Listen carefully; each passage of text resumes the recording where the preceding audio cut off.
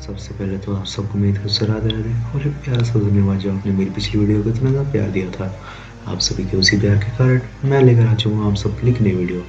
जैसे कि आपने टाइटल में देख ही लिया होगा, मैं इस वीडियो में बताने वाला हूँ श्री कृष्ण के द्वारा बताए गए इस कलयुग के कुछ ऐसे 5 सत्य जो कि सिर्फ उन्होंने पांडवों को बताए थे और वह भी द्वापर युग के समय।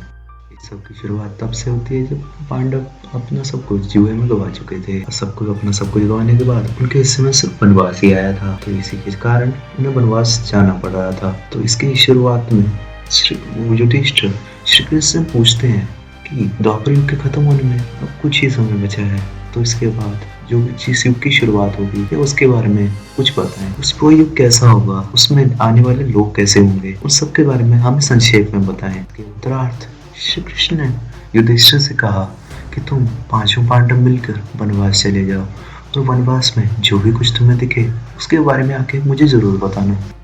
तो इसी के कारण पांच पांडव वनवास चले गए। तो वनवास में जो कुछ भी उन्होंने देखा उसे देखकर वे आश्चर्यचकित रह गए। तो ये सब देखने के बाद वे शाम को लौटकर श्री कृष्ण के पास वापस आ गए। तो ये सब बातें उन्होंने उनसे कह सुनाई। पहले युधिष्ठिर जी बोले, मैंने पहली बार जंगल में 2 सूंड वाला हाथी देखा है, जिसे देखने के बाद मैं आश्चर्यचकित हो गया। कृपया मुझे विचित्र हाथी के बारे में बताएं और वासुदेव जो कुछ भी मैंने देखा है कृपया उसके बारे में संक्षेप में बताएं। भगवान वासुदेव बोले, युधिष्ठिर, कलयुग में ऐसे लोगों का बोलबाला होगा जो दोनों हाथों से जनता को लूटेंगे। जो बोलेंगे तो कुछ और, लेकिन उनकी मंशा तो कुछ और ही रहेगी। ऐसे लोगों के सामने तो आप घनीश मित्र की तरह रह सकते हैं, लेकिन इनके मन में ईर्ष्या का जहर भरा रहेगा। कलयुग में ऐसे लोगों का बोलबाला होगा और ऐसे ही लोग तरक्की में रहेंगे।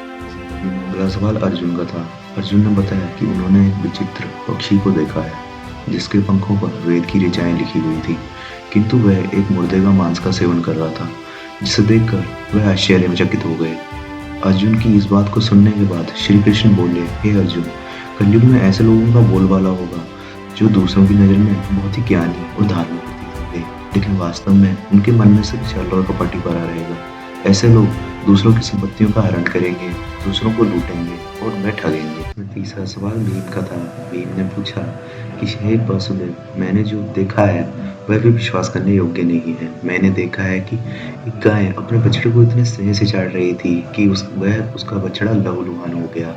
कृपया मेरे इस प्रश्न का उत्तर देकर मेरे मन की इस शंका को दूर करें। श्री कृष्ण ने भीम के प्रश्न का उत्तर देते हुए बोला कि हे भीम, कलयुग में लोग अपने बच्चों से इतना स्नेह करेंगे तो विकास पूरी तरह से रुक जाएगा। उनकी ममता के कारण उनकी संतानें पारिवारिक बंधनों में बंधी रहेंगी, जिससे उनका भविष्य पूर्ण रूप से अधिकारमय हो जाएगा और कोई भी उन अपने बच्चों को भक्ति, ज्ञान और वैराग्य के मार्ग पर चलने के लिए प्रेरणा नहीं देगा, जिसके कारण वह मोह माया में फंसे रहेंगे। भीम के प्रश्न के उत्तर सुनने के बाद नकुल भगवान श्री कृष्ण से बोले, हे माधव, मैंने देखा है कि एक बहुत ही बड़ी शिला पहाड़ से नीचे की ओर बड़ी तेजी से आ रही थी। उसके मार्ग में आने वाली बड़ी से बड़ी शिलाएं भी उसको रोक नहीं पाई, किंतु एक छोटे से पौधे ने उसे रोक दिया। इस घटना को देखकर मैं पूरी तरह अचंभित हूँ। कृपया मुझे इस बात का उत्तर दीजिए। शिला को बड़ी से बड़ी शिलाएं नहीं रोक पाई, उसे एक छोटे से पौधे ने रोक दिया। भगवान श्री कृष्ण बोले, हे नकुल, कलयुग में जब मनुष्य अपने पतन की तरफ अग्रसर होगा तब उसके पतन को उसके द्वारा इकट्ठा किया हुआ धन या बड़े से बड़े सत्ता रूपी वृक्ष नहीं रोक पाएंगे, किंतु हरि नाम से उत्पन्न हुआ छोटा सा पौधा ही उसको पतन को रोक सकता है। और आखिरी सवाल सहदेव का था। उन्होंने पूछा कि मैंने जंगल में एक स्थान पर बहुत सारे कुएं देखे जो कि जल से भरे हुए थे, किंतु उनके मध्य में एक कुआं था जो कि सबसे गहरा और सूखा हुआ था। प्रभु, ये कैसे संभव हो सकता है कि भरे हुए जल के कुओं के मध्य में मतलब बीच में एक खाली कुआं हो? भगवान कृष्ण बोले, हे सहदेव, कलयुग में मनुष्य धन से जितना भी परिपूर्ण क्यों ना हो, फिर भी वह किसी जरूरतमंद की मदद नहीं कर पाएगा। वह अपने छोटे से छोटे आयोजनों में दिखावा करेगा और बहुत ज्यादा पैसे बर्बाद करेगा, लेकिन अपने आसपास के वाले जरूरतमंद सहायता के योग्य लोगों की मदद नहीं करेगा।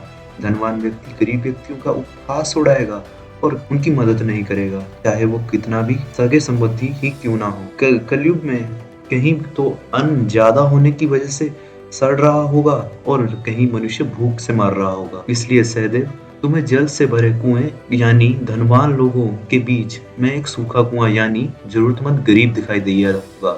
और सहदेव, कलयुग में जो जरूरतमंद की सहायता करने की रुचि रखेगा उसके ऊपर परमात्मा का आशीर्वाद सदैव बना रहेगा। कलयुग में प्रभाव से भी बचा रहेगा।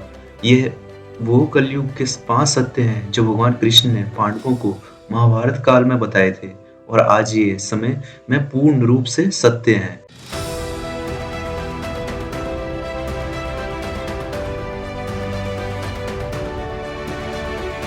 मुझे उम्मीद है आपको ये वीडियो अच्छी लगी होगी। अगर आपको ये वीडियो अच्छी लगी है तो वीडियो को लाइक करना और चैनल को जरूर सब्सक्राइब कर लेना। उसके साथ एक बेल आइकन होगा, प्लीज़ उसे क्लिक करके ऑल पर सेट कर लीजिएगा। और वीडियो देखने के लिए बहुत बहुत धन्यवाद। जय श्री राम।